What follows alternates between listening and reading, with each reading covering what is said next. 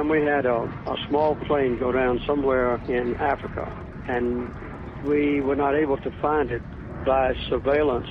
So the director of the CIA heard about a woman in California that was a medium or something. I don't know the title for it. And she gave him the latitude and longitude of the plane's whereabouts.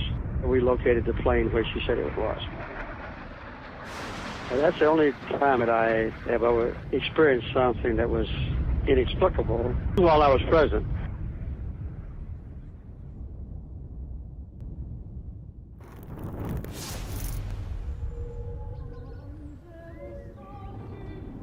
He was the most psychic man in the world, but nobody seems to know what killed him.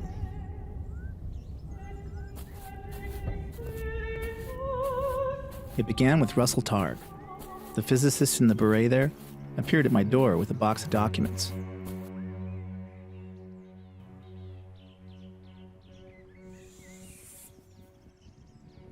Okay, so this is marker 701. This is where the caretaker told me I should start. And I'm going to see what this is. This is marker 700. So indeed, Pat's grave is entirely unmarked. I think he deserves better than that. This is probably my last opportunity to say goodbye to my good friend Pat.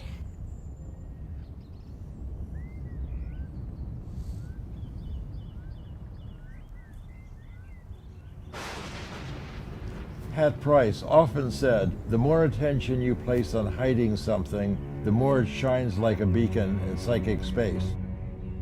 Pat Price died in 1975, and some people believe it was because of his work with remote viewing.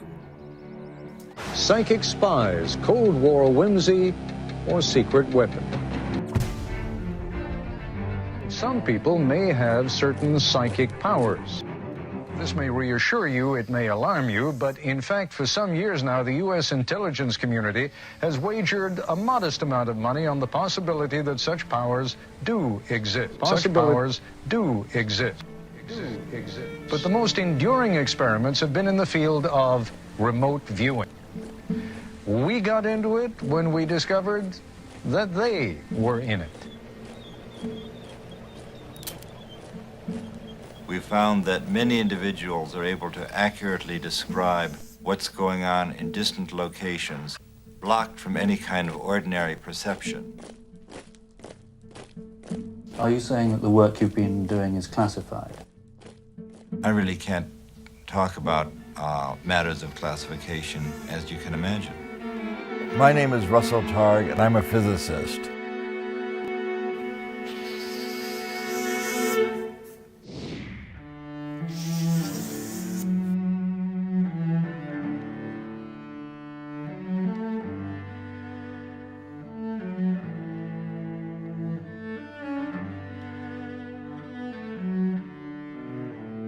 This is our last chance to tell our story.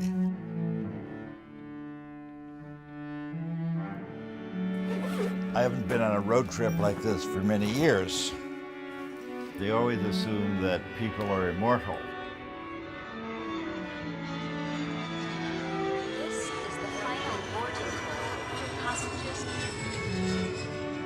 I hope the people who have seen and used operational material will say, yes, that really happened. Final boarding call for passengers. A huge trove of material was declassified by the CIA. So this is really the first time that the people who were cognizant of secret material can talk about it.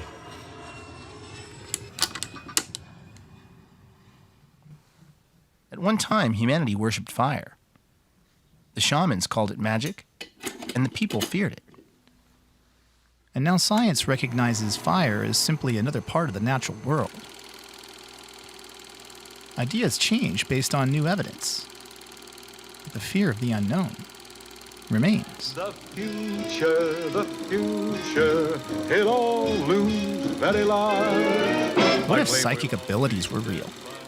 What if you could look anywhere, using only the power of your mind? And if these abilities really exist, what would that do to the world when it found out? With my second-hand turban and my crystal ball. The CIA financed a project in 1975 to develop a new kind of agent who could truly be called a spook. Dad, when you told me that you were interested in using classified materials, that you were eager to get them out, and you were, I was principally concerned for you.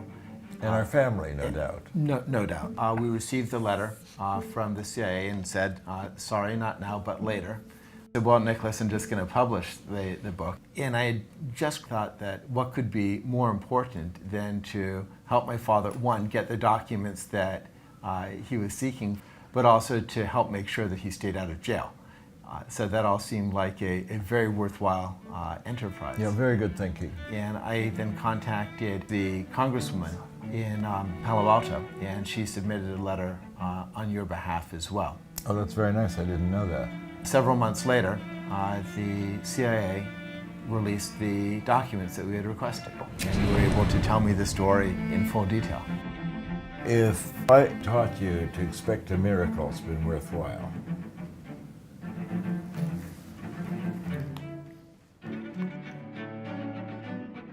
With the floodgates now open, an additional 70,000 documents on remote viewing were declassified. I can now show everybody these pictures without having to kill them afterwards. You can actually take out of thin air information about something you have absolutely no access to, just using your mind. If we want to know why the CIA was lying about our program, perhaps we should go to Detroit and talk to Kit Green, our former contract monitor. He was branch chief of the Life Sciences Division at CIA. I was given the results. The drawings showed the ability of a visual representation that appeared to be better than overhead imagery. In Pat Price's drawings, it was as if it was from inside his brain that the information was coming, not from his eyeballs overhead looking down. It was obvious to any intelligence organization that if you had an ability to be able to remotely perceive stuff, really remotely, like any place in the world, that could be an extraordinary intelligence source. The remote viewing program basically ran from the early 70s to the mid-90s. For more than 20 years, the CIA used psychic abilities operationally and in a top secret program for the U.S. government. You paid for them, you deserve to see them. CIA had said cease and desist. People said, this stuff is so intriguing that we got back into the game.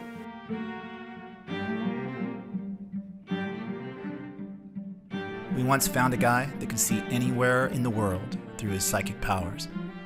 We could show him a picture of any place and he could describe any activity going on there. But he died, and we haven't heard from him since. CIA Director Stansfield Turner, Chicago Tribune, August 1977. Because I believe when he died, he was out in Las Vegas or something, and Kit Green rushed out there. Even though he died unattended in a hotel room, you don't need to make it a medical examiner case, although that's not correct. And he was taken to the emergency room, which I visited. Speaking now as a criminologist, I would have investigated the hell out of it.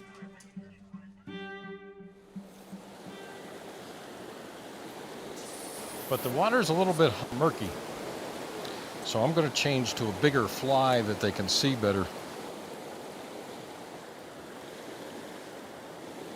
Oh, there we go. We got one. So what do you do with it after you catch it? Catch and release only. The cutthroats are now pretty endangered, so you can't keep them. Where The red is, it's like his throat's been cut. Yeah. Ken Kress was our long-term contract monitor at CIA. He was a physicist. Ken Kress became a mythic figure when he wrote a long paper in Annals of Intelligence describing our program, but he's never come forward. Kress had never been interviewed before this film, and every question we asked had to be submitted for vetting by the CIA. I was undercover. The fact that CIA was even doing anything with SRI was confidential information. So Sid Gottlieb looked around, came up with my name because I was a physicist, and he called me in and he said, well, I'd like you to take over this project. And he said, the reason is there's two physicists at SRI, and I think you three can probably communicate.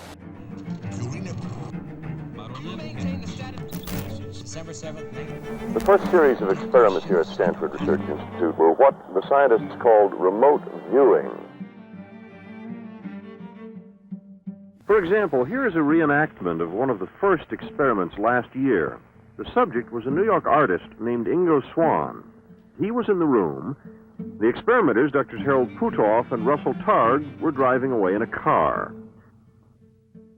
Their destination was in a sealed envelope. This day it was Palo Alto City Hall. The subject did not know. But back in the room, the subject began sketching and describing where he imagined they might be. Here was the tape recording that he made then. There must be buildings around, and this would be sort of an area enclosed of some sort, a quadrangle or a quad. And then I sort of felt that there might be a fountain around, but I didn't hear any water in it. There is a fountain. That day, it was turned off. Back in the room, the subject sketched a pattern he thought was crosswalks coming together in a circle. In fact, the courtyard is paved in this pattern. The courtyard where they were is 2 miles from the room where the subject was. There had been no communication between them. Somehow or another, Kik Green and Ingo got together, but Kik came up with a report, and he sent this back, circulating through CIA, and eventually got to Sid Gottlieb. Gottlieb was already predisposed to look at psychic phenomena from 10 years ago. As the CIA's sorcerer, Gottlieb attempted to raise assassination to an art form. Out of his labs had come many debilitating potions. We knew who Sid Gottlieb was, the director of the famous MK-Ultra program.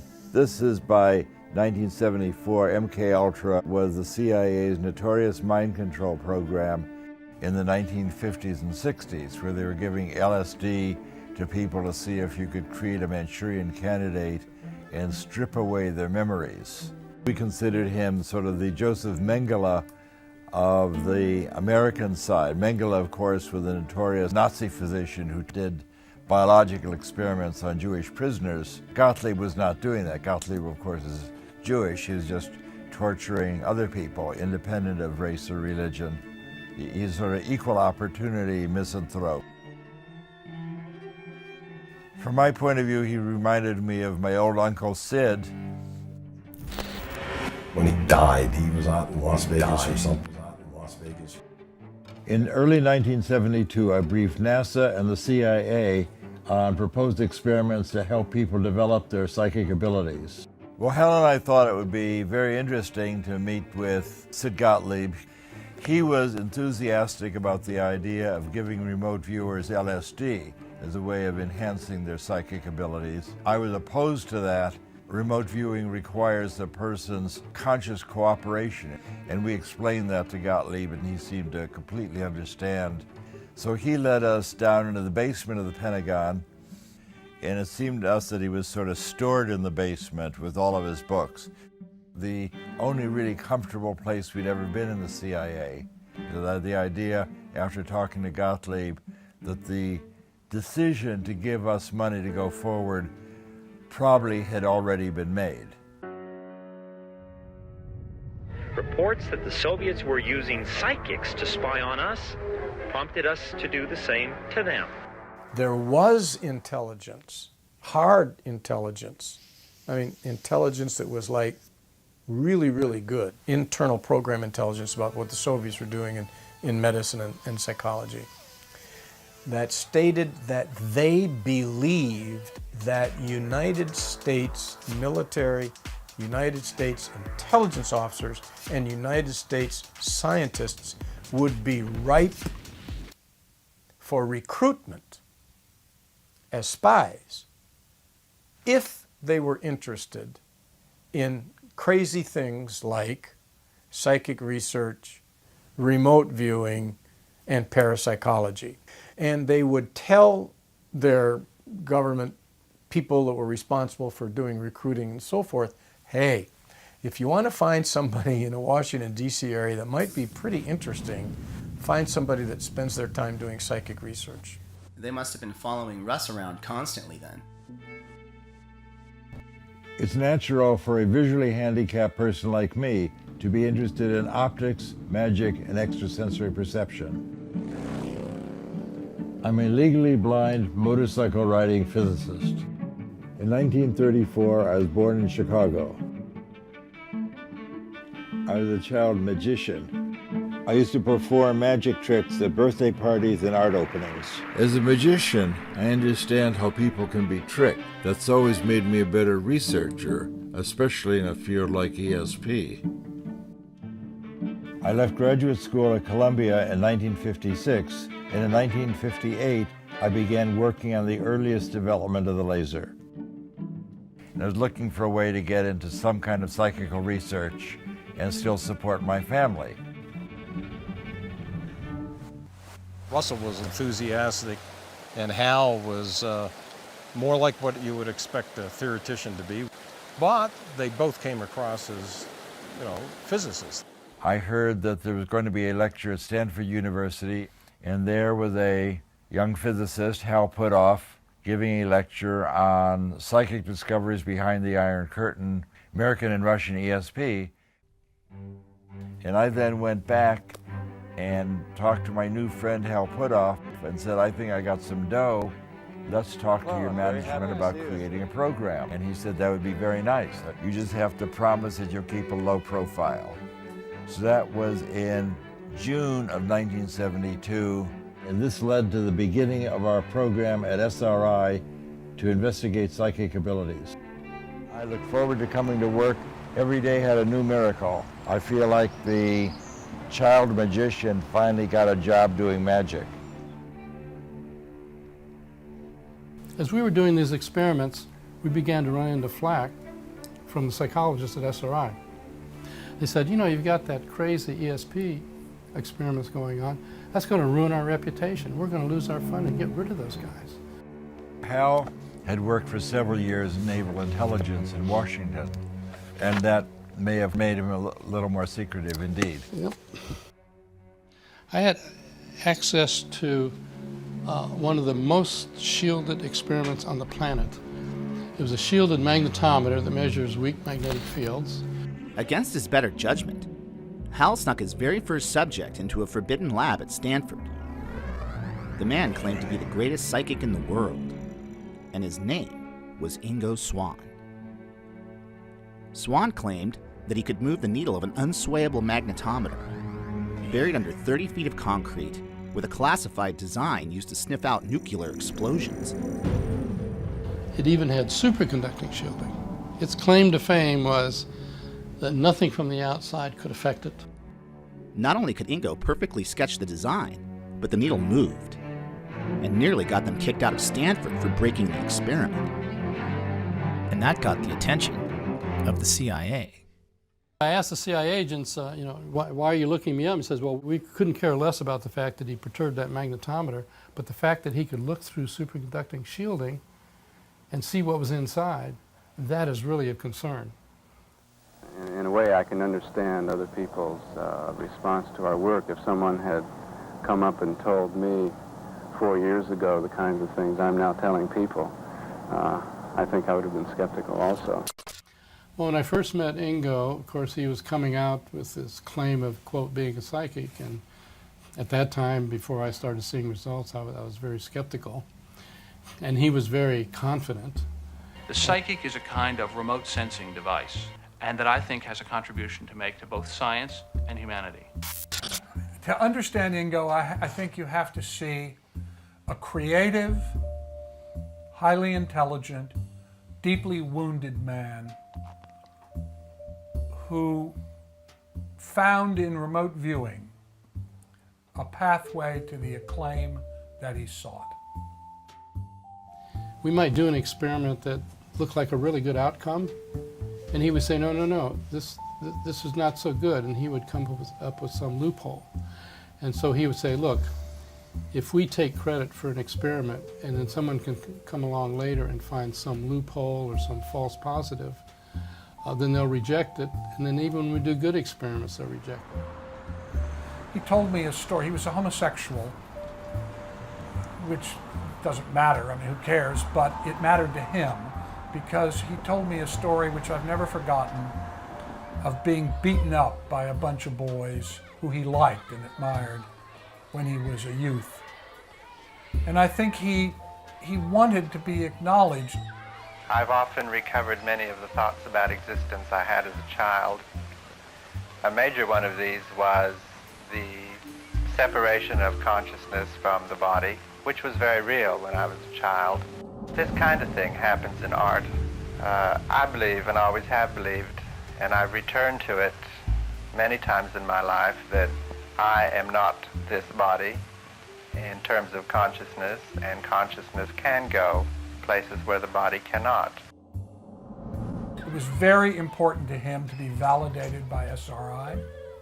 SRI was the first lab of a different order of magnitude from all prior parapsychological research. What SRI was always upset about is that during our day here, we brought in 1% of the money and 99% of the publicity. Back in 1972, SRI was primarily a contractor for the government and some industry.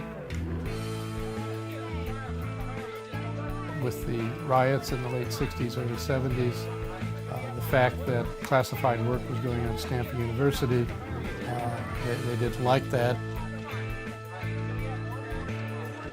Up until that time, most parapsychological research was done by small foundations on minuscule budgets operating in a corner of some basement. At SRI, the level of classification was top secret. It took a long time to get the security clearance. You can't walk around, you have to be escorted because of the secret projects. Full of high-class scientific equipment, beeping and showing on the cathode ray tubes and all that. And when Russell and Hal got positioned there, it had a big impact. And on Ingo, it had a particularly big impact because the work that he did at SRI drew a lot of attention. To be in that kind of laboratory, they must be very important and really have a grasp of the truth. So you guys had a psychological procedure, the in the neighborhood thing, as it were, that was fantastic, and I think that's partially why you got such damn good results. And all of them succeeded in remote viewing. Drs. Puthoff and Targ do not know how. And so maybe one of the most important things about the work done here is that it has been published in one of the most conservative and prestigious scientific journals in the world, with this note: few readers will finish without wondering for at least a moment if indeed ESP might be possible after all. What a difference that would make to us all. Jack Perkins, NBC News, Stanford Research Institute, California.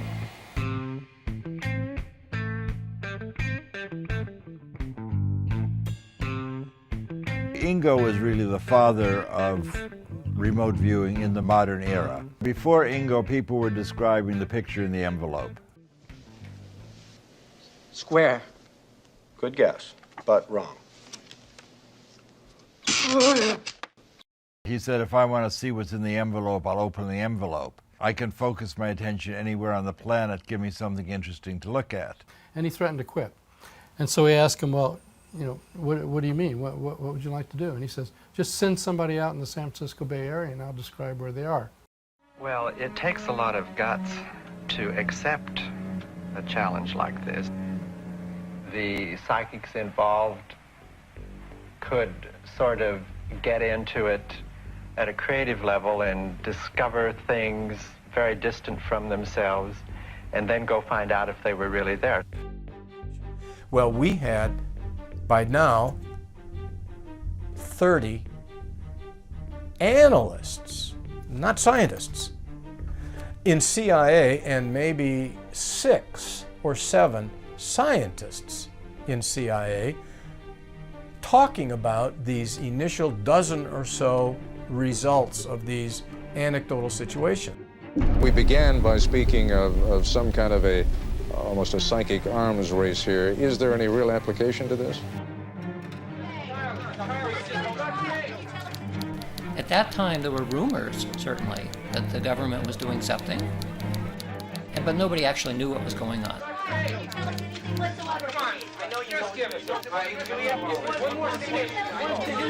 Why are the intelligence communities chasing after this thing called remote viewing? What if there are no secrets? What's really going on here? They had to put resources on something that sounded crazy. That's what it was.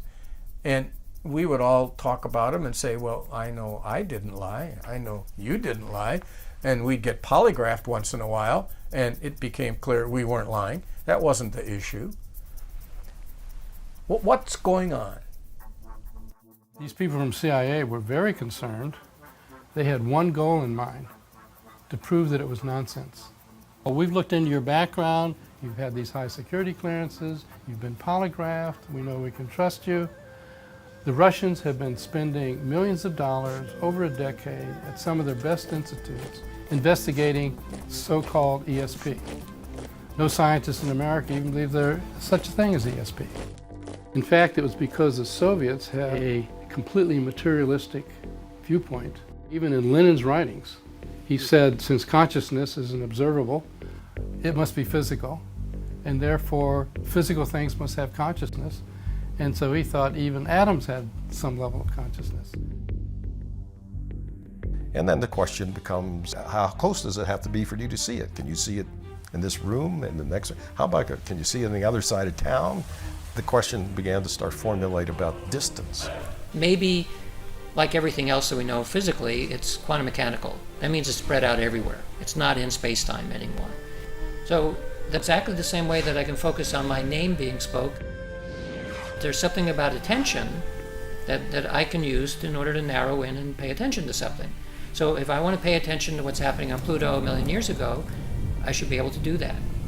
That's kind of what the remote viewers do. I mean, Ingo Swann was looking at Jupiter 9 months before Voyager got there and correctly described rings that no astronomer had ever seen or even suspected. So how did he do that?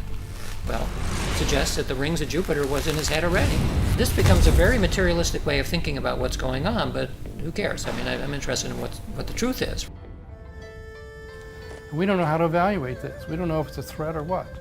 Well, I would say the difference between the American scientific community and the Soviet is that at the highest levels in the Soviet scientific community, psychic research is taken seriously, and there's no doubt about it. And you claim in this country it is not? I would say in this country it's not, because people are worried about the so-called giggle potential. Our normal socialization, being a psychologist now, is that stuff like ESP is nonsense, it can't happen. So if somebody tells you to do it, they're asking something stupid. And they banged a telephone book size thing down on the table. Paraphysics R&D, Warsaw Pact, from the Defense Intelligence Agency. When I thumbed through that and saw all the work that was going on. So the CIA was tracking all of these people. Yeah, in this case it was DIA. Here is the report that I finally wrote that summarized everything we could find at that time. And it was called Key Intelligence Question number 9. I labeled it paraphysics because I had to find a word that allowed us at the Foreign Technology Division to sense that there is a legitimate physics connection here. So let's just randomly, like a government support for parapsychics research Paraphysics. Paraphysics. Returning with stories of official government support for such research. In fact, such support seems unquestioned by anyone. All of the Soviet centers, of course, are government funded. 1971. That's right. So especially over there, since everything was government funded, you had to take it more seriously. In principle, this document forms more policy than anything else that goes on in the intelligence community. Why should the intelligence community be interested in it? To access information, in a generic sense. You can use it for communications, like to remote places, submarines, and that came up later. I thought they'd laugh me out of the room. So what was their reaction when you Positive. said that? It was Positive. You got a positive reaction? Yes. They said, hey, this is good stuff, follow it. When he wrote his first report, Dale Graff had no idea what he was getting Defense Intelligence into.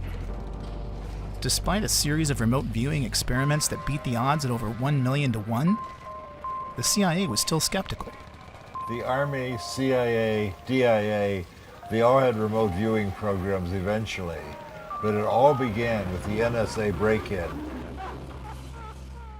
The real operational work began not with the bang of bullets and bombs, but with a whisper. I'm sorry, actually I misdirected you. You were on the right. No, we should be up there. About 2 psychics and 2 laser physicists that broke into the most secret NSA site that ever existed. It was a whisper that would eventually be heard around the world. The CIA had a new secret weapon. There was a hiatus, and then Sugar Grove came along. And somebody says this cockamamie thing, well, now what we're doing is we're doing remote viewing by coordinates. And I say, what? It was codenamed Scan-8. The Scan-8 program was started by Ingo Swann, and in that program, where we were using coordinate remote viewing, a viewer described what was located at any geographical coordinate of latitude and longitude, and would then describe what's there. And they tell me what this is. And I say something like, well, you're going to have to prove that to me. And the door opened at the end of the hallway, and a guy walks out. Could you give me some coordinates, just map coordinates of a place that you know? He says, this will do it. He says, I'm positive you don't know anything about what's there. I said, perfect. I took them. And then Kit gave Hal those coordinates that nobody knew about. From Ingo's standpoint, he said this is really a sexy target. It's got all kinds of antennas. Seems like a very hush-hush place, very military, and he drew how things were laid out. The results came back so specific on paper that I was just like, I was kind of nonplussed. It included a diagram, guardhouse, accordion doors that roll up big enough to put a Jeep through, 4 stories below, hallway, cipher lock, and I took it to my colleague Dave, who had given me the coordinates, and I said, here. He said, man, Green, this is nonsense. I said, are you really sure? And he said, man, I gave you the coordinates of the log cabin I just built in West Virginia. So I called up my colleagues and I gave them the results, and I'm sick of it. And just before I hung up, the fellow I was talking to, who I can't name, but whose initials were Russ Targ, said, that's really too bad. It's really too bad. Really too bad. The other guy found the same thing. Early in the SRI program, there had been some publicity, and Pat Price had read about it. That happened to be right when we had been asked to target on the West Virginia site.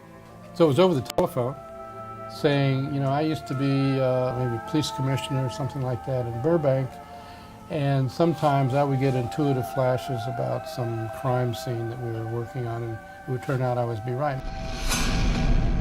Maybe I should be a subject. SRI comes up with Pat Price. He had a map on the over his desk, and he had a bunch of pins on the map of the world, and their pins were all stuck in the ocean. And I asked him, I said, Pat, what are all those, pins? They're just scattered all around. He said, oh, I'm following all the nuclear submarines in the world, and I move the pins around and I relocate them. For an intelligence officer, I mean, this would be one of the most fundamental breakthroughs in naval intelligence if you could follow all the submarines in the world. Pat Price was brought in independently to describe the same target location and went on to read documents hidden in the vault 3 floors below the surface. So that's really interesting. Okay, yeah, okay, talk. What did you say? And I drove to the coordinates, and I found the cabin. And 100 meters down the road, I found a dirt road from the cabin. And I drove down it, found a guardhouse, found a dish, found the accordion door. This naval installation's purpose is to perform communications research and development for the U.S. Navy, the Department of Defense, and various elements of the U.S. government. I reported that. It got to the Office of Research and Development, it got to the Office of OTS, and there was, a huge controversy. And it started as very small ball. But what the person who picked the target didn't realize was just right over the ridge, a mile or so away, whatever it was this super secret facility for picking up Russian satellite information as it went overhead. And so both of them said, maybe that's what they want us to describe. In the 1960s, Sugar Grove became one of the NSA's most important Cold War listening facilities. And then the whole thing blew up. But remember, it was about what was inside that building. File folders with the following names. I remember that they were all associated with a pool game, like playing pool or billiards.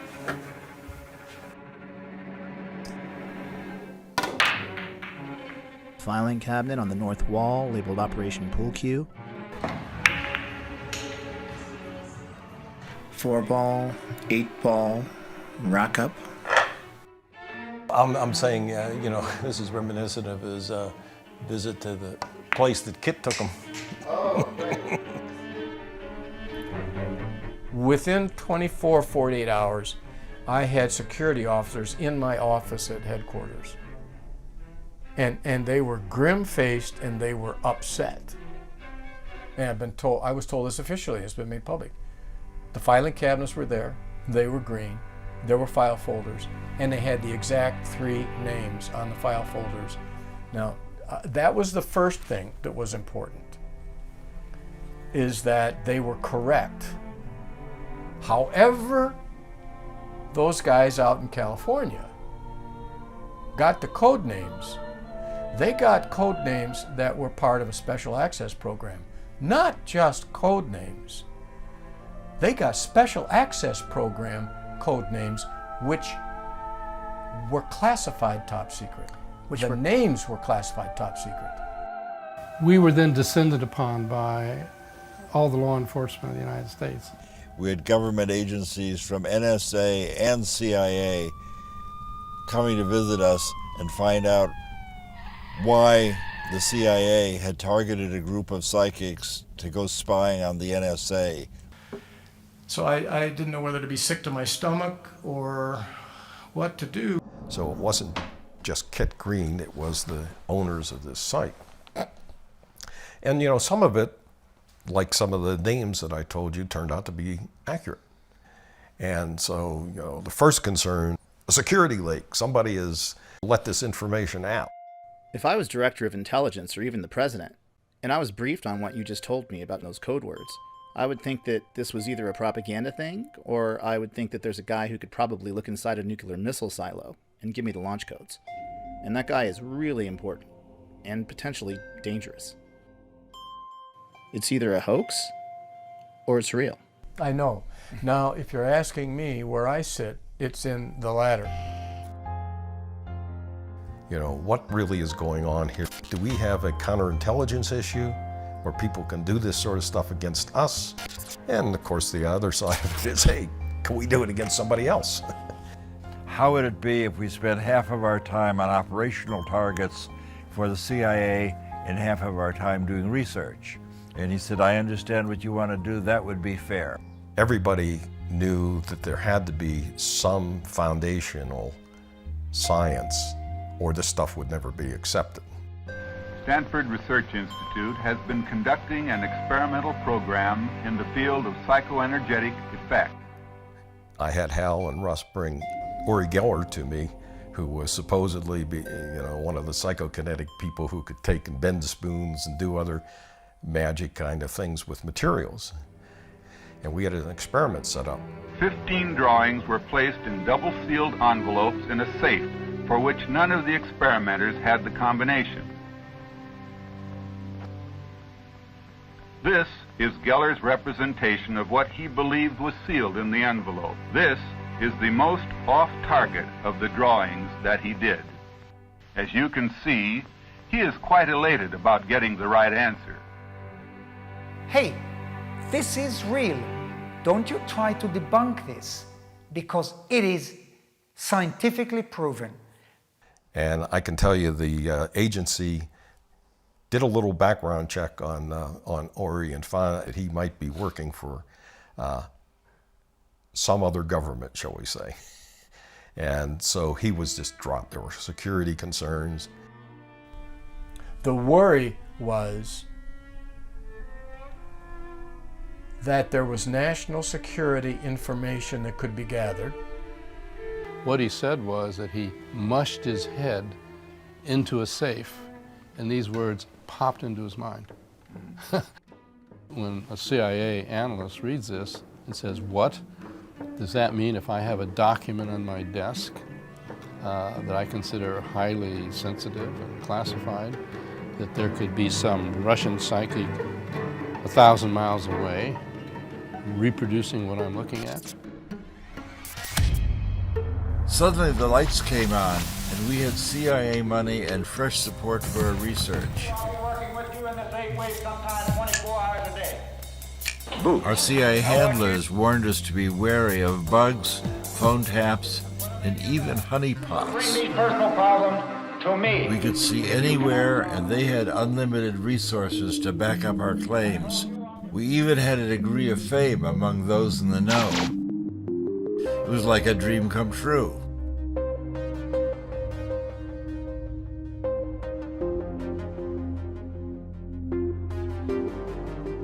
With new funding and assignments from the CIA, it seemed as if Hal and Russell could do no wrong. What kind of place do you experience them at?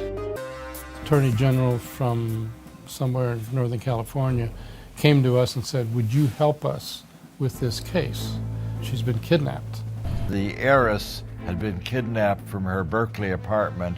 As we walked in, the police were very excited, and they said, we have a lot of questions we want to ask you. And Price said, let me show you how we do this.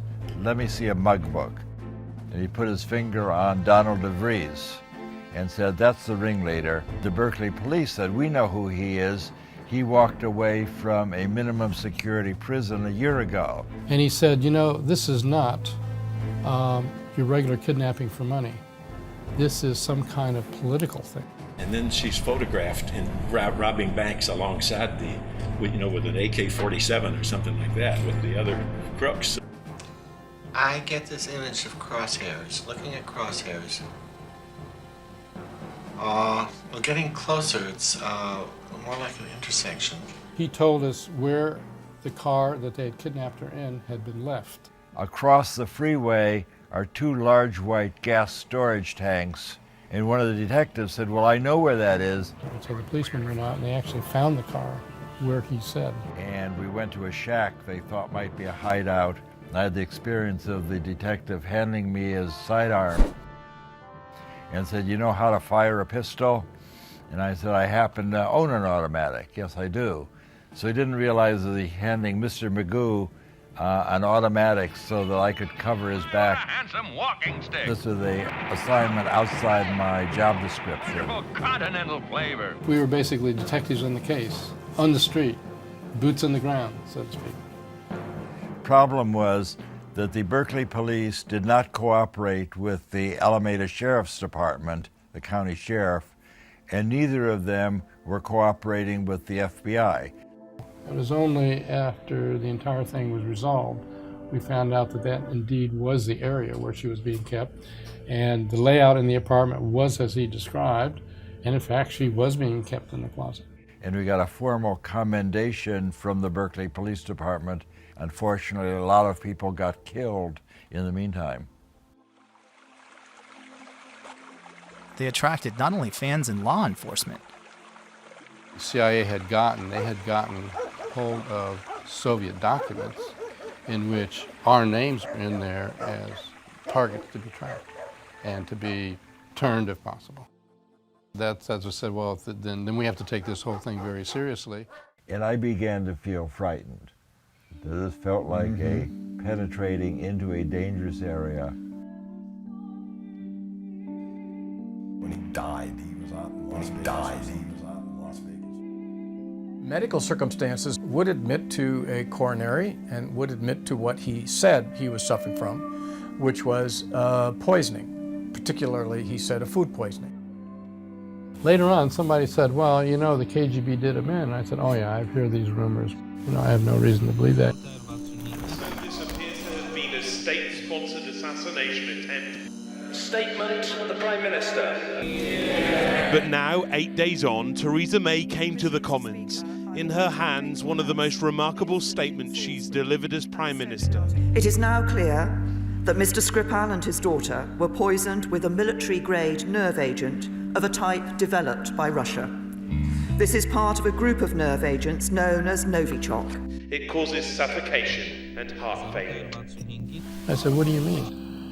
And he said, well, there was a TV program recently, I mean, this was a decade later, where they were interviewing an ex-KGB agent who had been involved with an assassination squad.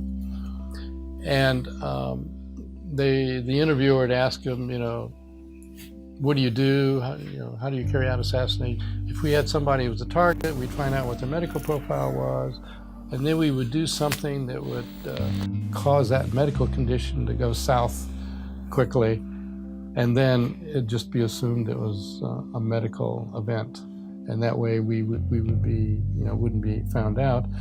And so the interviewer, I'm told, I haven't seen this program yet, I haven't been able to find it. The interviewer said, well, did you ever actually use that approach? And they said, yeah, once on a psychic who worked for the CIA. Our husbands and wives. They really do, for instance, have a Soviet experiment in remote strangulation. Larissa Velenskaya was put in charge of monitoring SRI's ESP work from Moscow. Kamensky was in Moscow and Nikolai was in Leningrad. Kamensky imagined that he tried to strangle Nikolai. Nikolai was unaware at all. He felt that he couldn't breathe. He was on the edge of unconscious state. And suddenly everything disappeared just because Kamensky in Moscow stopped transmit this image. I do solemnly swear and will, to the best of my ability, preserve, protect, and defend the Constitution of the United States. So help me God. I got frustrated as I realized I may be trapped in our own success. Everything was now a secret. I couldn't even tell my family. Our phones might be The tapped. only thing secret about this program, what is it with the secret program? But we weren't publishing anything. We went to the CIA handlers and we said, look, you've got to let us publish some of these experiments. Everyone's beginning to say, well, gee, maybe it's a secret program. So anyway, we got their permission to put together a series of our Bay Area remote viewing experiments and publish them. They wouldn't let us publish the hot stuff, and they didn't care about the bigger implications of our work. Maybe I had made a deal with the devil. I said, have them go back and get some more. Well, the obvious thing was to do something on the operational side. So I started searching around for a project that would have some impact. It was a research facility. That was all that we were going to tell them.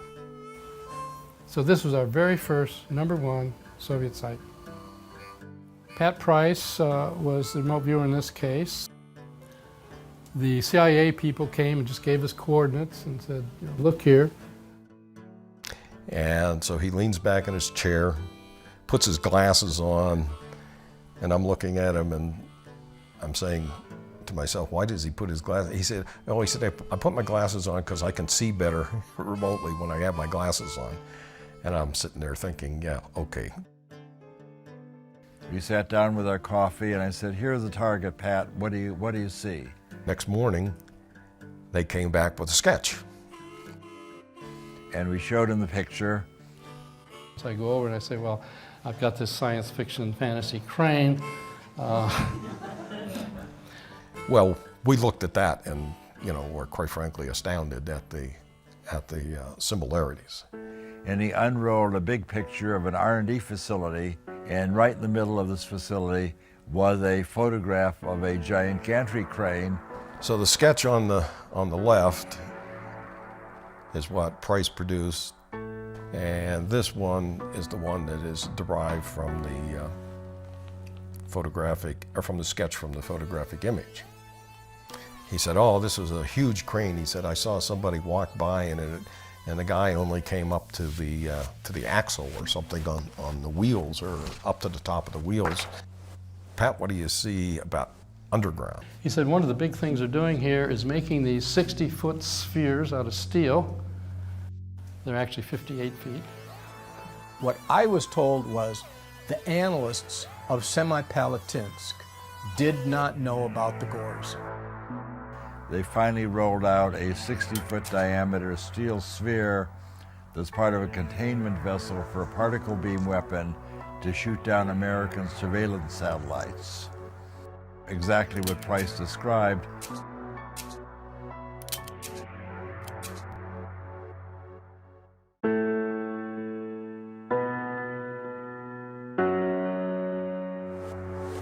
The end game is this big review occurs. All operations-oriented testing from a contractor like SRI should stop. So in other words, CIA's decision was because of security concerns, they were going to cut out SRI and work with Pat directly. So they did so. The CIA moved Pat Price to a farm in the outskirts of Washington. He was doing day-to-day spying for the CIA. We've broken into some foreign embassies in foreign countries, and we bugged them. And we have the operational files.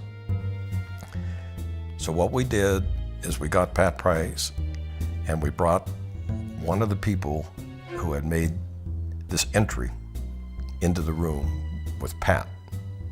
So we gave him a photograph of the outside of the building, but the goal of those operational people was to find the code room of the embassy and basically bug it. So they needed to get in the embassy, find it, place a bug, and get out before the guards opened up the next morning. He supposedly located the physical place in the embassy that was the code room area. So, according to the operations guy, yeah, he found the place and they should use him again. He was inside the code room.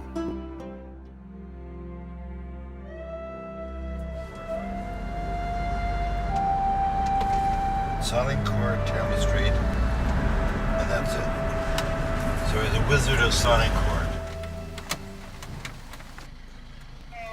Hello, just dropping off Russell.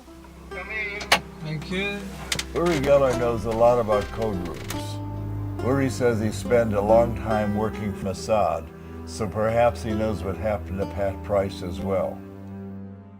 If you can tell me, what was the meeting about? What were you doing in the secret room in the Capitol. Okay, they actually. They must have been briefing somebody. Yes, actually there were 10. There are probably 2 or 3 shielded rooms, different levels, but it's actually in the Capitol dome, the shielded room. It is a room where no eavesdropping can take place, because the walls are leaded, etc. All kinds of materials. Even the plugs are different, and you know, it can also be a wine cellar. So while doing secret work, that's fine. You can drink wine and get drunk. Okay. Well, I wanted to, it's a shielded room with a perfect conversation. Yes. I want to talk to you about the death of Pat Price. And Pat comes in with his description of an underwater sabotage training facility several kilometers away from the seacoast. And this information was passed on to the Libyan desk. They saw a facility, basically, where he said that they hadn't seen before. And a few days later, Pat Price died. This was the end of Pat Price. CIA hired Price away from us, and 4 months after joining the CIA, Price was dead. And the big question is, was he killed or was it a natural death? Like in the movies, you want to know, did he jump or was he pushed? What do you think? The emergency department people said that there was an individual that came in with him with a briefcase that showed the attending physician in the emergency room his recent EKGs from Greenbrier, which was the facility that I knew that we'd taken him to get his cardiological workup some months ago, and basically said, look, here's the guy had rampant serious coronary artery disease. He had a heart attack, so even though he died unattended in a hotel room, they decided, they meaning the hospital and the police, to not make it a medical examiner case. So they didn't do an autopsy, although that's not correct. And the man disappeared with the briefcase, with the notes. They never took any records of it. Body was removed and cremated. And then they called his wife. Yeah, wow.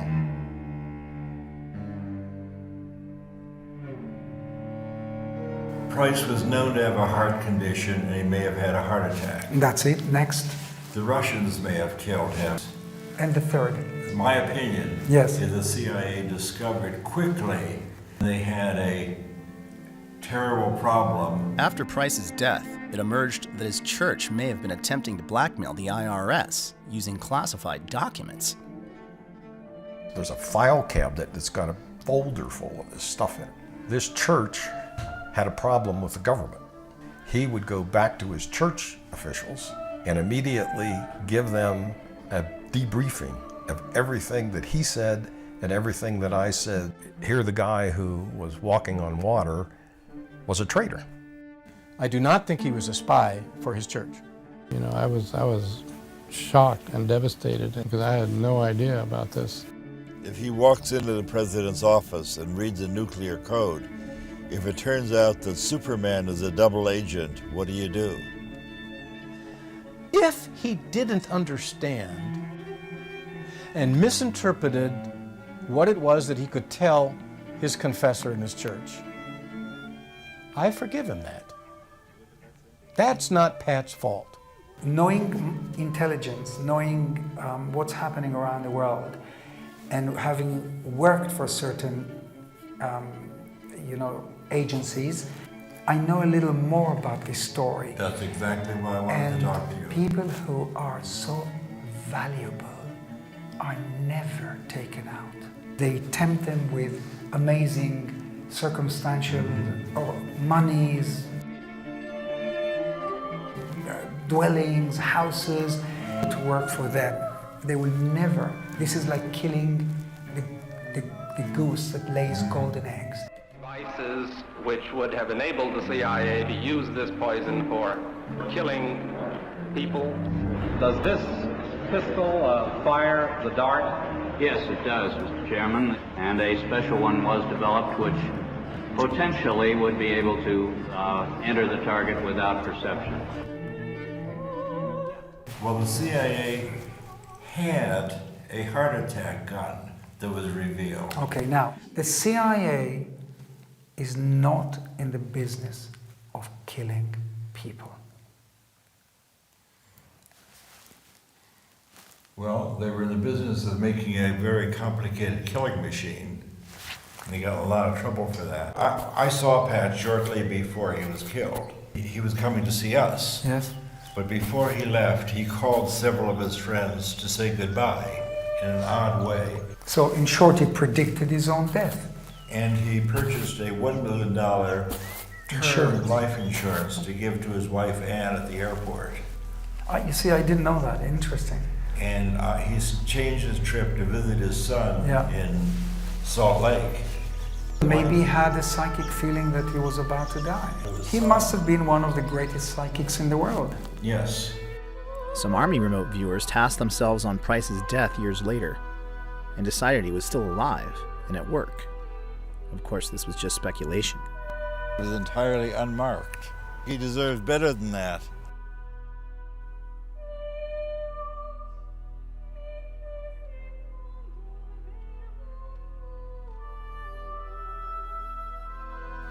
Shortly after that, Hal and I were called back to Washington for an investigation. What the CIA had hoped to squash by eliminating SRI's contract would only grow after an Aviation Week article released after Pat's death perfectly matched his description of the gores of Semipalatinsk, something no one else in U.S. intelligence knew. This shook the halls of power and set into motion new fears about Russian psychic spies. The question is, why? What was happening in July, August of last year? The House Committee on Intelligence Oversight decided there must be a security leak that gave the California psychics information that no one in the rest of the intelligence community had. Well, actually, I was excited about the opportunity to brief them because by this point in our career, the more people at high levels who knew about what we were doing, the more support there was to make sure that the program went forward. Unfortunately, you will learn today that these efforts by Russia to discredit the U.S. and weaken the West are not new. All I can say is that if the results were faked, our security system doesn't work. What these persons saw was confirmed by aerial photography. There's no way they could have been faked. There are 4 senators out there fighting to keep it going. What's next? Are we looking at a new Iron Curtain descending across Eastern Europe? And we were supported for another decade.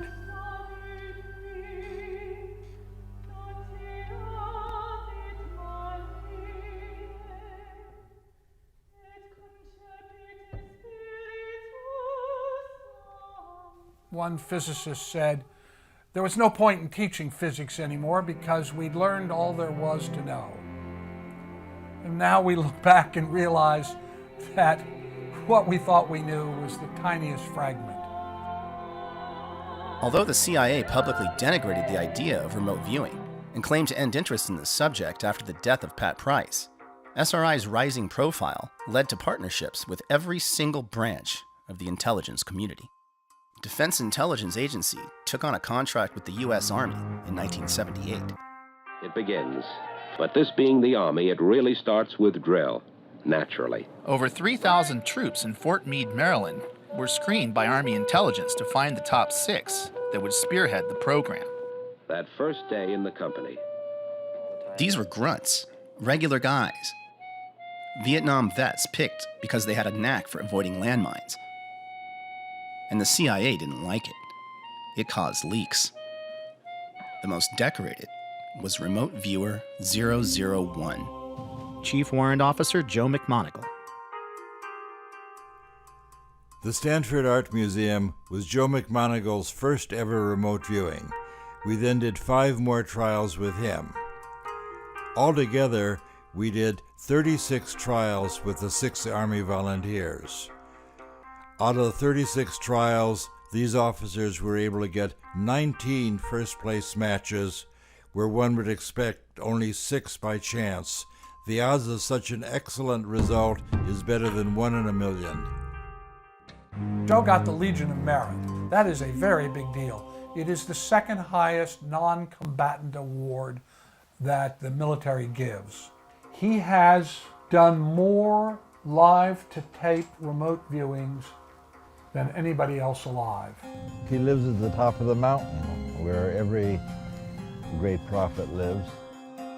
He was the first to speak out when parts of the program were publicly outed in 1995 and subsequently denigrated by the CIA. It may have helped locate American hostages in Iran. There were 2 or 3 others that were held away from the embassy. No one seemed to know exactly where that was, but we were instrumental in helping identify that location. I was paid to do remote viewing by the U.S. Army for 6 straight years. And indeed, he turned out to be one of the most psychic people we ever worked with. You can actually take out of thin air information about something you have absolutely no access to, just using your mind. Remote viewing was first brought to my attention by Skip Atwater. It occurred to me I had been 9 or 10 years doing this counterintelligence work, and I said, Colonel Webb, I brought this book called Mind Reach, and if what they say in this book is true, there's a huge gap in our counterintelligence effort here. I left the book Mind Reach with him, and the next day I came in and he says, you're right. If this is true, what's being said in this book, this is something that we aren't attending to. This might in fact be a threat to the intelligence community. One of our greatest operational successes was when Joe McMoneagle pinpointed and described an enormous Russian submarine in a location where it was totally unexpected.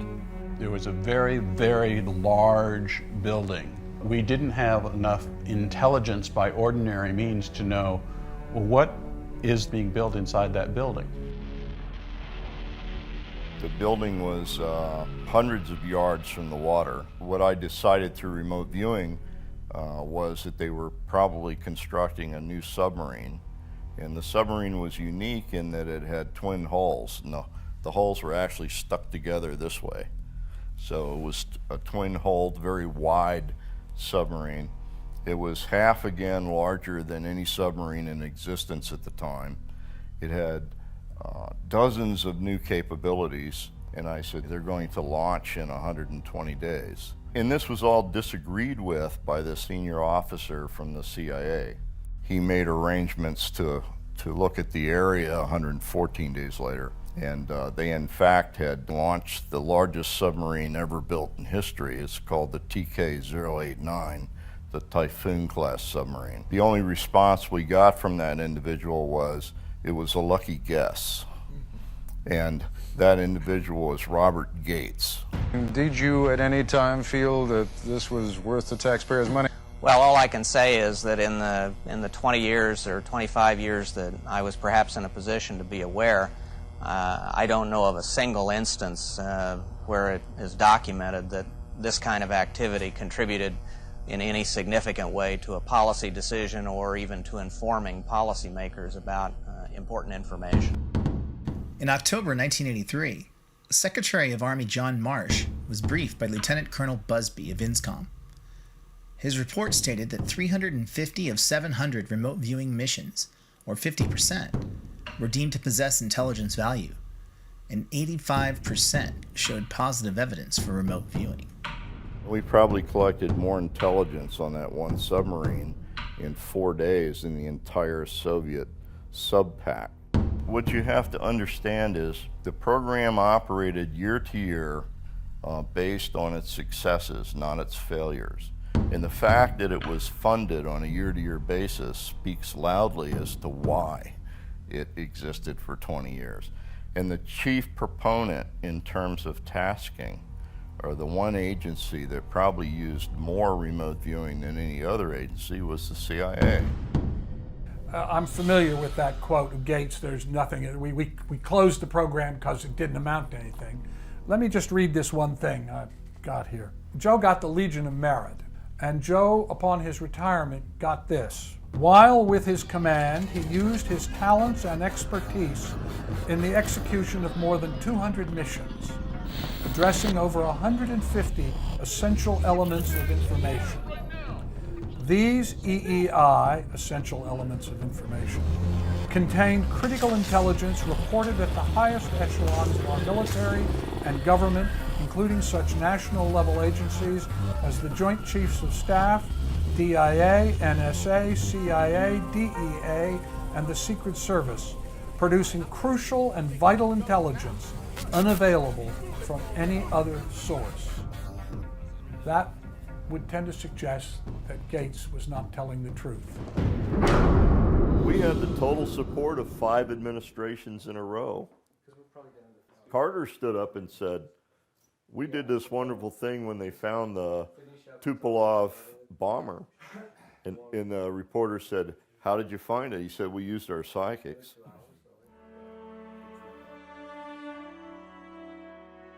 We're on our way to see President Carter and talk with him about our mission to find a downed Russian bomber in Zaire. We helped him pull the Soviet bomber out of the jungle before the Soviets could find it. Let's see if he'll acknowledge that, as he did in his recent autobiography.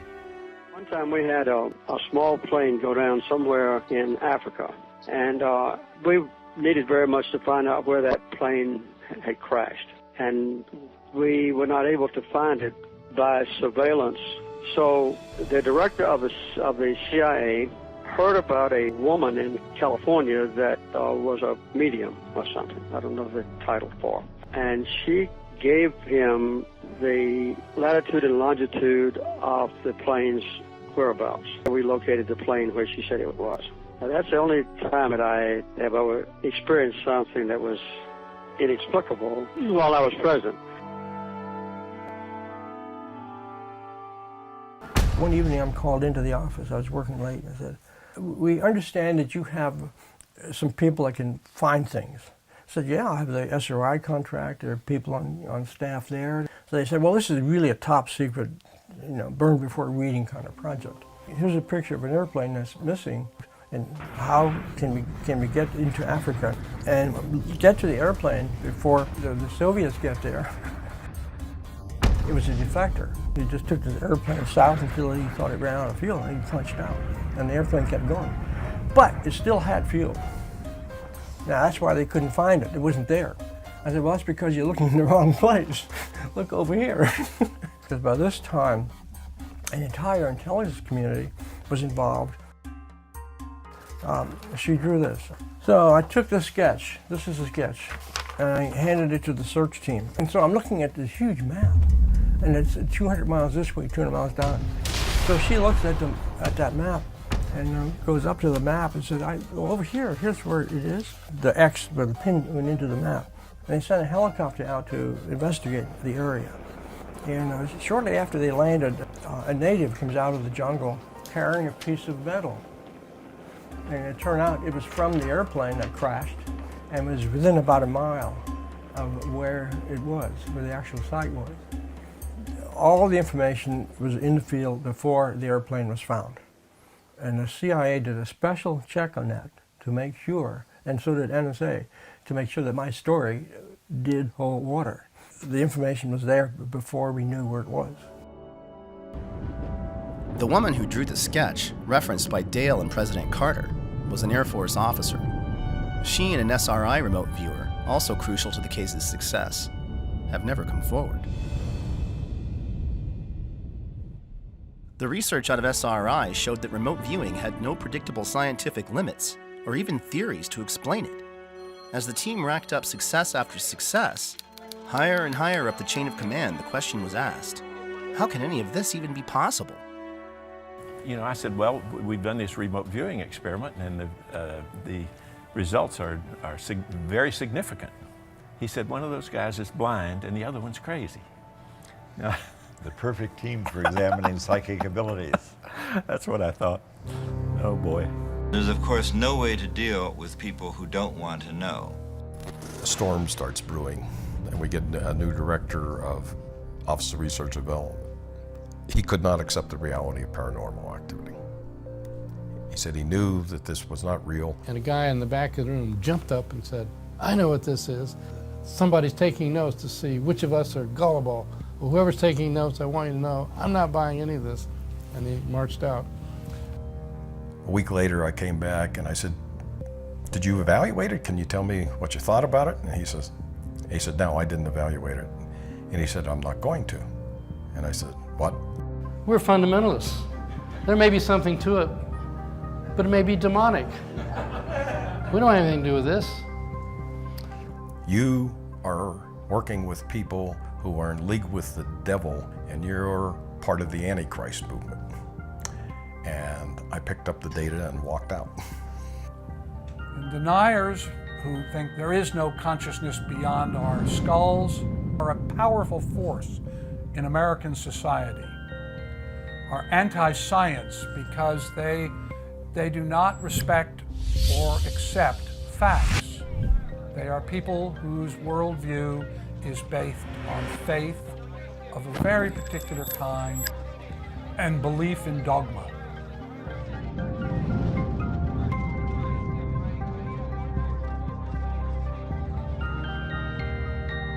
It is about dogma, absolutely.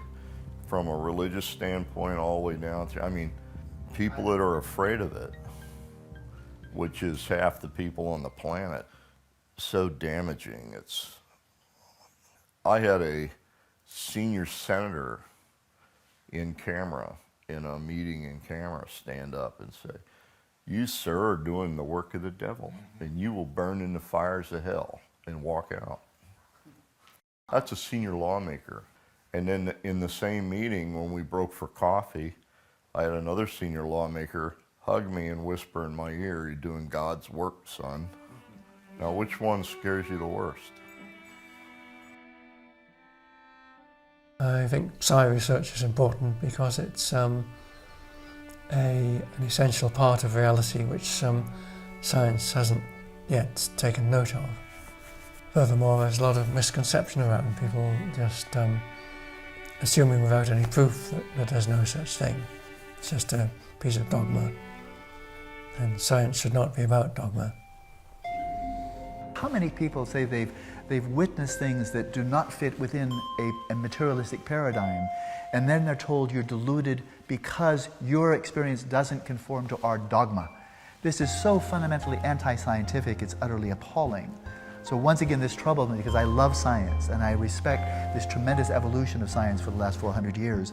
But when people speaking with the authority of science say, for example, that all experiences can only be functions of the brain, and if you have any experiences that cannot be explained within a materialistic paradigm, you're deluded, then this is dehumanizing, arrogant, pompous, and closed-minded, and those terms should never come in the same paragraph of defining and explaining science. When the evidence just gets to be overwhelming and the groundswell here is growing, I would say before too long, if you still insist that the mind is nothing more than an emergent property of the brain, it will be widely recognized you're just ignorant. And the key point about physics is always evolving. Our knowledge of physics is always expanding, and phenomena which people reject as impossible today may not be rejected as impossible tomorrow, because tomorrow we'll have a more extensive theory of physics. Enter this next wonderful reality and the most controversial of the people. And it shocked me that they found anything to object to. This is a hardcore scientist. Well, I'm very happy to be here. My name is Russell Targ. I'm a physicist, and it's my great pleasure to tell you about the remarkable work we did at Stanford Research Institute investigating psychic ability.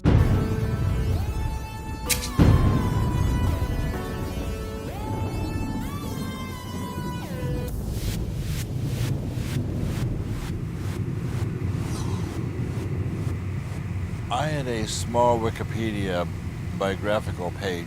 This described that I was born in Chicago, went to Columbia, worked with Hal Puthoff on a pseudoscience called remote viewing. So we had a chance for fish and chips and a cup of tea. We must be in England finally. That's right. There's a time when I was ill and I didn't want my biography to be that one-dimensional. So I wrote in that I had been a pioneer in the development of the laser and published many, many papers in lasers. And the Wikipedia masters kept erasing all my laser papers. They said to me, if people are not interested in your laser work, we just want to know about your work with the pseudoscience. And I said, well, Most of my life has been spent with lasers, and they wouldn't allow me to do that. They banned me from Wikipedia. And finally, I got the help of Brian Josephson, and it was only through Josephson's intercession that I got to bring my biography up to speed. Do you think that consciousness is built into quantum theory? This, of course, is extremely heretical, but fortunately I not only got tenure, but I've retired, so I don't need to worry about being a heretic. Sorry, I'm not with you exactly. Sorry. Anyway, what are these taking your picture? Yes. You're being interviewed, are you? Or? Well, I was, yes. Fun? I was, yes. You were? Yeah. Okay. Anyway, can you sort that out? Well, what's it to do with? I mean... it's doing some research work. What? Research work, yeah. Research stuff? Yes. Okay. So you're Okay. able finally to tell the complete truth. Well, actually, people would probably not contemplate getting rid of a Nobel Prize winner, so I had more or less had freedom in what I could do. Funding was a different matter. They actually told certain people, we'll fund you if you work with anybody other than Josephson. But will you tell these fools I'm not crazy? Make them listen to me before it's too late! By and large, the critics who've been interested enough in our work to come to our laboratory, we have asked them to take part in experiments and experience remote viewing themselves, which is often very accurate indeed. One of the biggest skeptics was Undersecretary of Defense Walter LaBerge, who kept hearing leaks about the mad scientists of Menlo Park. So he decided to pay a visit in his Air Force helicopter, landing on the SRI campus lawn and causing quite the dust-up to Hal and Russ's low profile. Although he thought it ridiculous, LaBerge allowed himself to become a subject, and despite no prior psychic experience, he correctly and in great detail imagined where his attaché was hiding. He then became one of the team's biggest supporters, along with other senators, congressmen, and generals who dropped in on the lab and got similar results. It was becoming apparent that this was a common ability, but how could they show that when it was all secret? Their first clue to how common intuitive abilities are came when a remote viewer didn't show up for work. So I had a chance to go to San Jose, Costa Rica, center of a mountainous country. And then each day, a remote viewer back in Menlo Park, California, would describe where I am. Well, on a particular day, I had a chance to do a trick. I got an airplane, I flew out, and I landed at an island that belonged to Colombia. It also turned out that on that day, the remote viewer didn't show up. So Russell decided, well, okay, I'll do the remote viewing. What can I do? So Russell's trying to suppress this data, but it just keeps coming in. He says, okay, well, I guess I'm wrong. I mean, no reason to be in an airport. And not only that, I see ocean at the end of the runway. And I know there's, ocean is miles away in San Jose, Costa Rica. Well, in fact, that's exactly where I was because I'd taken this little side trip. Did you actually take that picture, or is that a standard picture? Somebody else took the picture who, when we had this data, they went out and took it from the same angle. Showing that even a scientist can do good remote viewing. This led to a request from their CIA handlers to bring in someone with absolutely no psychic ability to get a baseline against their best. That didn't work out so well. She was statistically the best results they ever had, even better than the infamous Pat Price. We were asked to bring in somebody who was willing to be a control person for the program. And I chose to work with Hella Hamid, who's an old friend of the family. She promised me she had never done ESP experiments before, and she would be very happy to be part of our program.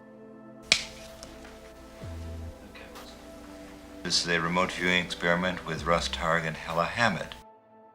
Today is Friday, October 11th, 1974. It's 20 minutes to 4 in the afternoon. Russ Targ and Hella Hamid are in the first floor laboratory at SRI. Hal has left SRI. He will select a randomly chosen destination. I was looking up at this structure that must be 3-4 stories high. A weird zigzag going horizontally like a series of mountains, sort of peaks on top of each other, can be just shapes. The side of the structure seems to be open to the sky too. Squares within squares within squares, going downward like into a trough. It's definitely some kind of a conduit. This is just where Hal Puthoff was standing at the time of Hella Hamed's very first remote viewing. Perhaps the most dangerous secret of all, the one that Russell Targ has worked his whole life to release, is that anybody can be psychic. And we have a target now that requires a drawing or description. So I'd like you to quiet your mind and make a little sketch of the surprising images that show up in your awareness. You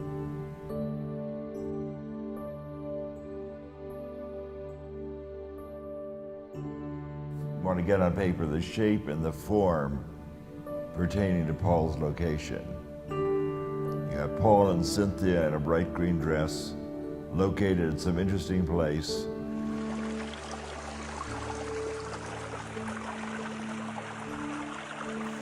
Do we have any falling water in the audience?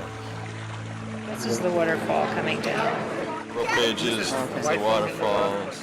My primary purpose in coming to this conference is to actually to see what I can do to become a world-class remote viewer. I couldn't believe it, but it's different when you actually do it. I had no formal training. It's really about sending the message across to people that if you put your mind and heart to something, everything is possible. The world is your oyster. When a whole room of people are able to do that, it's not just me, it's not just my imagination, it's all of us. It's the science part of it. Everybody really wants hardcore data.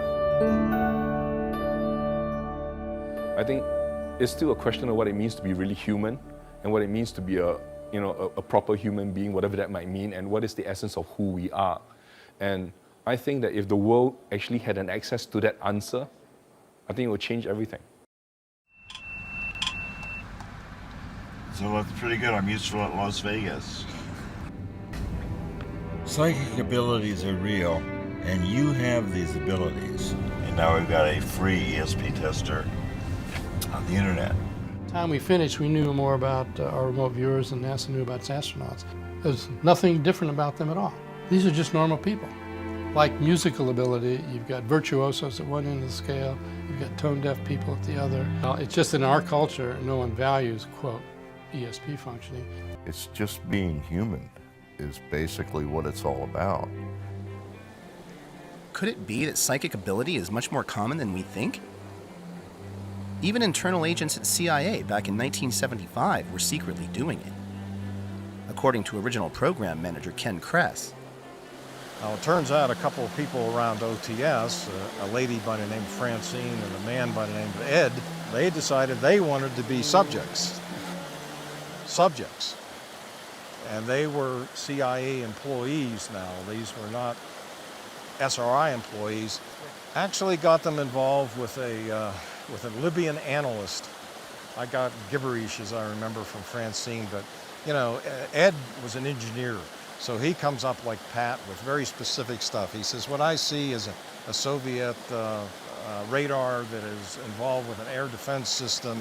He goes on and on with all this stuff. And so I package all this up, send it to the Libyan analyst, and he said, we have an agent that we have not vetted who says similar things. And I said, that's news to me. See, when they were with us, it was not clear whether they had come to see if there's defects in our model or whether they had come to be trained, or both. Yeah, well, there may have been a slight subterfuge, shall we say, in that I might have sent them out there as evaluators, and they may have been motivated as participants. By 1981, the program had become more and more operational. The government was less and less interested in research. I wanted to be free of all this secrecy. Which, from a scientific standpoint, was not so good. But on the other hand, of course, from the funding standpoint, can't complain. And I brought that to our contracting officer, and he said, Russ, you know we're not doing research anymore. And I said, well, we look at this, we think about what we're doing. He said, I'm not paid to think, I'm paid to find out what DIA wants you to do and then see that you do it. I was heartbroken. Hal and Ingo were more secretive than ever, and now Ingo was in charge of the Army psychics and had made the program so complicated that only he could teach it. And I got a note from my partner, Hal, questioning whether I was really making a contribution to the program. What the most interesting data at SRI pointed to was exactly why Russell wanted to leave. It was a secret so big, he felt that if the general public could truly get it, it might bring enemies together, and it might even change the world. Russell was kind of the idea man, was always kind of pushing the bad scientist type of thing, where he actually looked the part to some degree.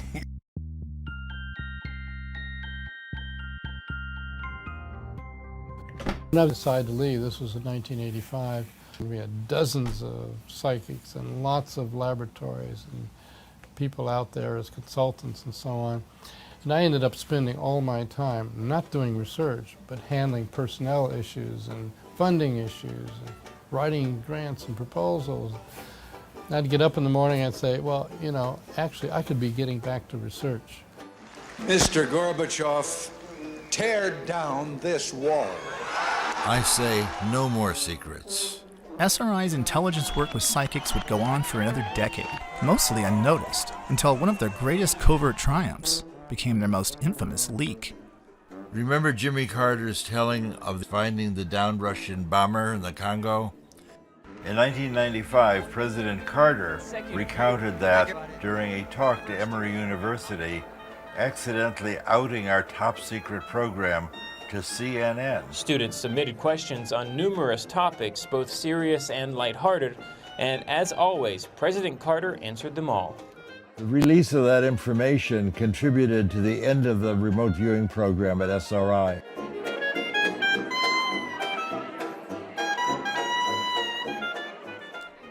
After Russell and Hal left the program, it continued under Ed May, but eventually it confronted the giggle factor. So I would ask the intelligence community to watch what we do for the next few years. And the CIA had publicly derided the Army-run program, and in the end, they were asked to take it on again. It's a pretty low priority for the intelligence community, and it's better done on the outside. Instead, they commissioned a third-party report to, quote, see if it had been valuable to operational intelligence. And that's our report for tonight. So, what do all these stories add up to? Well, the two experts commissioned by the CIA report disagree. First, there's psychologist Ray Hyman from the University of Oregon. My considered judgment, if someone pushed me hard right now, I have to say the odds are 99 to 1 that there's nothing to remote viewing. I think remote viewing has been demonstrated over the 20 years of work that's been sponsored by the government. Ed May was very upset at the way the AIR report was done. He was very upset that they did not look at the operational remote viewing and that they did not allow us to talk to the operational remote viewers. I think he was quite disappointed that they narrowed the focus so much so that really it might have been a predetermined conclusion that they wanted to kill the program. I think that anybody who says we haven't proven it yet hasn't really looked at the data. I think, frankly, people don't want to look at the data. They have their worldviews. They don't want those worldviews rocked. I think anybody who looks at it with a real open mind would be convinced.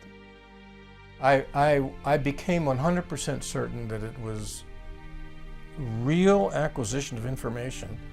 I became 100% certain that it had potentially real intelligence significance. And I became 100% certain that it never would. Why? What I thought were the issues that would make this a useful tool were both ignored, denied, and in addition later dropped, which is screening of subjects, to find the superstars. You're tested carefully to find your special talents. For your own satisfaction. Using the tools that I thought we had identified, which were politically not correct then to use, and which are politically impossible to use today. There you go. Well, you're here. Really arrived. You can loosen up a bit now. You would have a latent ability that maybe a lot of humans have, that you'd be able to tease out of some people with some sort of training program or something, and you'd end up with what ended up.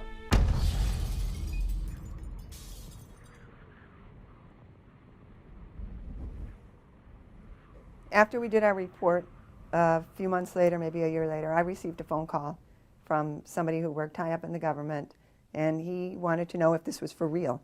And I said, I stand by what I wrote in the report.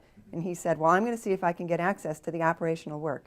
He called me back and he said he got access to it, none of the boxes had been opened. Jessica's the president of the American Statistical Society, and she says by the numbers, remote viewing has a higher efficacy than aspirin. What was the CIA trying so hard to hide that they wouldn't even allow their best data to be seen? And why did the CIA dislike those regular Joe Army guys so much? We had the total support of 5 administrations in a row. 5 straight administrations supported us, Russell. Privately.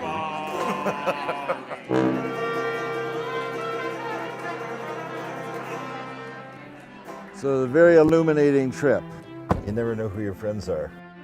Since I was told by the DCI the project is over, that was it. It was over. Ken was removed as CIA program manager shortly before Pat Price's death, and he assumes that CIA involvement ended with Price. No, I heard that they were discussing the Stargate program out of channel. In other words, if you're talking about a classified program in an unclassified area, it looks like a security violation. We need to investigate this further. Now what? The gamble was ignore it, it'll go away. The suggestion to me was that, okay, let people just wonder about it. But if you start complaining about it, it will affirm that we do have a program. They didn't really want to go that route. Russell's first interview with one of the most spectacular spies from his SRI days was a no-show. Later, the agent called to say they were still doing it and were afraid to talk about it. Beyond the giggle factor, what was the big deal? What does all of this mean? Could we be missing the big picture here? And no, that's not right. I told you before, two people that I trust, that are, one of whom's in the position to know, says that the program's still going on. Really? Just how useful is remote viewing? How far would Russell go to tell the world what had become painfully obvious to him? This was something that Russell was inspired to consider after witnessing Ingo predict that Chinese A-bomb test 3 days in advance, and similar work by Stephen Schwartz, and it involved precognition, or seeing the future. The final straw was when he received a package in the mail from the ghost of an old friend regarding some water towers that had haunted him for years. I get the impression of a water treatment plant. It looks like water storage tanks. There's a service road down here. In Pat Price's first series of experiments, he got the shape and dimensions of his swimming pool target within 12 inches. But he also called it a water treatment plant, even drawing water towers, which missed the whole point of the target. Years after Pat Price's death, I received a historical picture book. It was a gift from the city manager of Palo Alto. That when I opened the picture book to Rinconada Park 75 years ago, it had been a water purification plant, and the 2 water tanks that Price had indicated indeed were right where he put them, and they would undoubtedly have been the tallest thing in the city of Palo Alto 75 years ago. With Pat's reminder of timeless awareness in hand, I hatched a plan to ditch the spy business and try and wake up the world. At 9, 7 minute 9. This is the Commodities Exchange in New York City, circa 1983. It was right here Russell Targ's new company, Delphi, decided to tell the world that they were psychic. We've been predicting silver prices 2 to 4 days in advance. Our investors made profits in the middle six figures. Something I couldn't do while I was a psychic spy. Predicting the volatile market 9 times in a row even landed them on the cover of the Wall Street Journal. Being right 9 times out of 9. Again, being right in anything in life 9 times out of 9 is unheard of. But some of the more spectacular and successful trades were actually on the short side, or they were making a prediction in anticipation of the market coming down, so going against the trend. But there's still elements that are not understood, so it does not always work. So I wouldn't put my life savings behind a remote viewing of the future. Investor demands and the weight of their own success led to the second round not doing as well. Money dried up, and the skeptics pounced. Russell would have to go even farther to prove his point about ESP. A lot farther.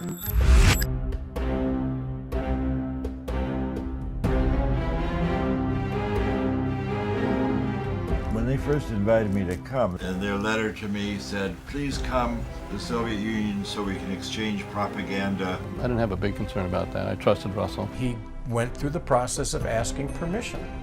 I assumed that. I'm actually quite confident of that, because had he not done so, he would be in jail. No, I did not ask any permission to go to Russia. I just went.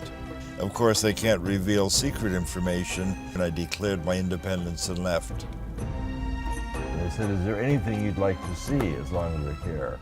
And I said, oh yes, I would like to have a peek at Brezhnev's office. I would just like to see where he sits. We were once targeted to describe Premier Brezhnev's office in the Kremlin with Hella Hamid. Who was the control person initially. That's right. And indeed, it's just as she described it, this odd red leather door held in place by upholstery tack, the huge desk on the right, window on the left, and a door in the wall behind the desk. If we did not go downstairs into the computer room. When we were talking to the Soviet Academy of Sciences, for example, a physicist got up and said, it seems that if a experienced viewer can focus his or her attention anywhere on the planet, then it's not possible to hide anything anymore. Isn't that true? And the Russians in the audience were quite shocked with that. I could hear the teacups rattling.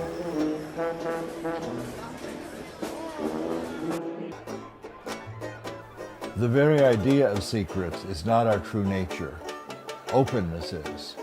40 years ago, I stood in this exact place. I don't think anyone really expected Russian and American scientists to work together.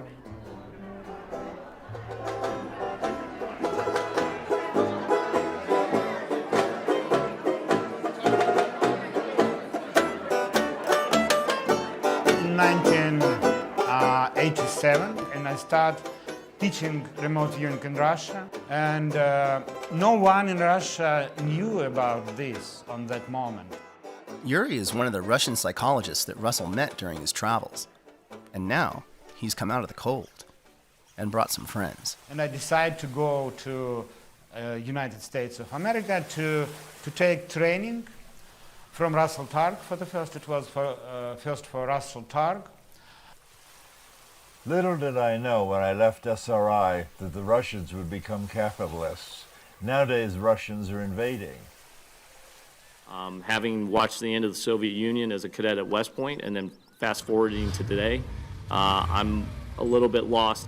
Now, Russian people are very enthusiastic about remote viewing. Да, в России я преподаю дистанционное видение, и у меня компания, мы делаем прогнозы и предсказания на спортивные события. На сегодняшний день точность предсказаний в районе 75-80%. В России за эту точность очень хорошо платят.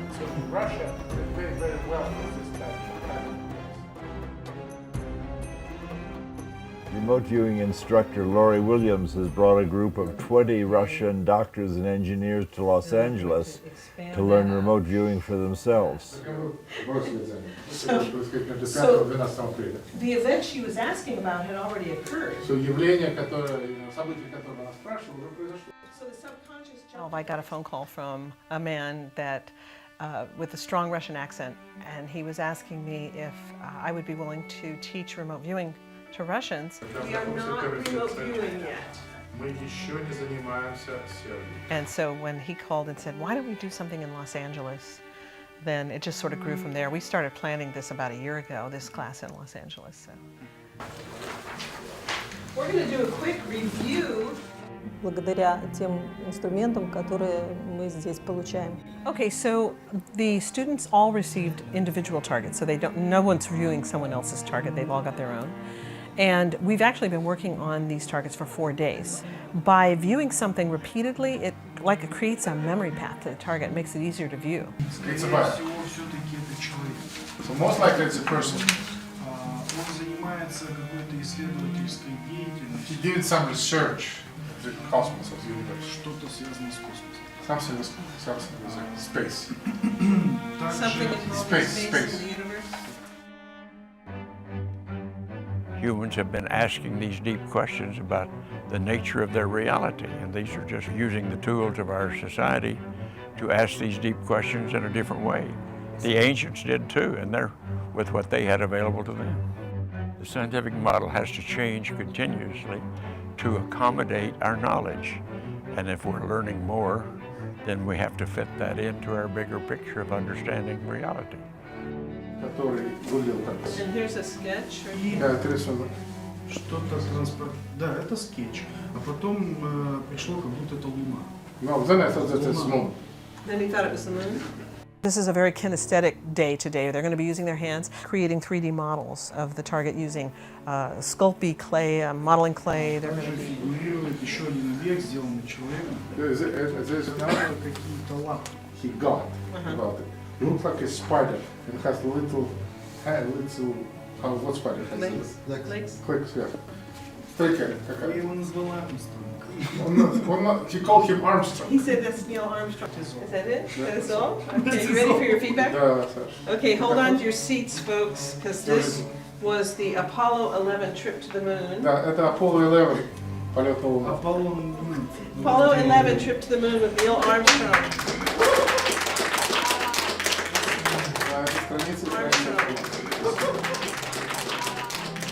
Now that's truly what we refer to as a holy shit moment.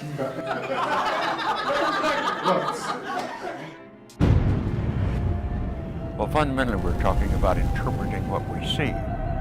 And I think all of us, for centuries, and certainly all the astronauts that have been off the planet and look back at Earth, we kind of call it the big picture effect of seeing things in a new perspective, seeing Earth in the perspective of being in the heavens, and that we're just a small part of this huge universe that we're in. I had completed my major task for going to the moon and was on the way home and was observing the passing of the heavens, the magnificence of all of this. What this triggered in my visioning in the ancient Sanskrit is called samadhi. It means that you see things with your senses the way they are, but you experience them viscerally and internally as a unity and a oneness accompanied by ecstasy. We are stardust, and we're all one in that sense.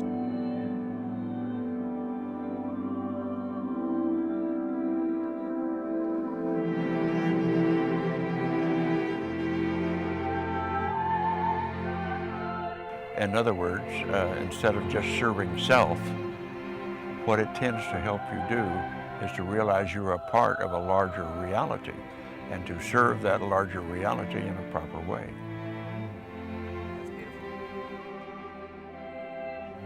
So I'm not so sure it was all about collecting intelligence and how well we did. The evolution of consciousness itself is expanding.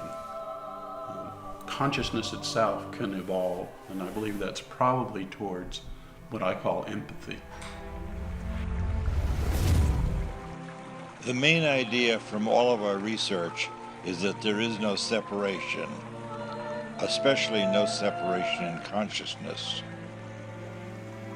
More than machinery, we need our humanity. If the world were to accept this research, we would have to recognize that we are not isolated within our brains. We would have to recognize that we live in the earth, not on the earth. We live embedded in the biosphere of earth, and that all consciousness is interconnected and interrelated. And that's why we can transmit the power of love, the power of healing. Maybe it's very subliminal, but it definitely exists. I came across this and said, you know, there's a lot of people who think you're nuts, but you know, hang on, and maybe you're not. We should always be open to our imagination, because once in a while, some of the imaginations will come true. So I think it's time to close up and move on.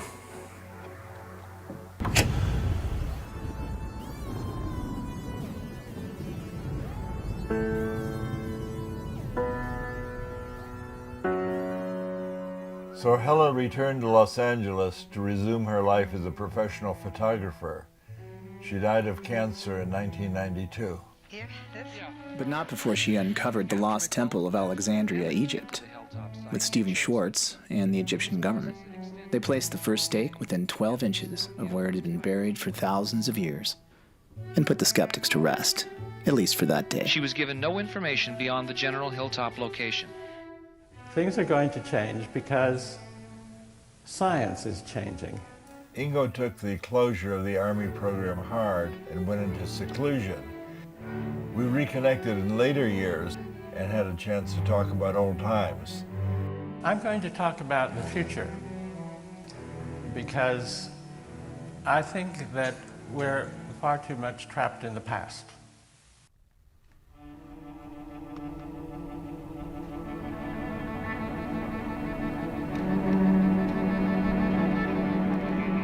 And Sam got very talented cellists who had not remote viewed.